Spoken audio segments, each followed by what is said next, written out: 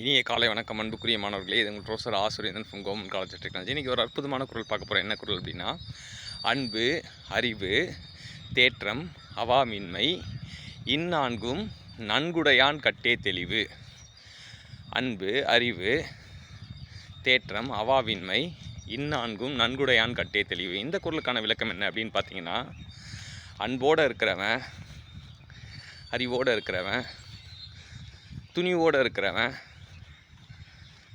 ஆசை இல்லாமல் இருக்கிறவன் ஒரு வேலையை செஞ்சான் அப்படின்னா தெளிவாக செய்வான், சிறப்பாக செய்வான்.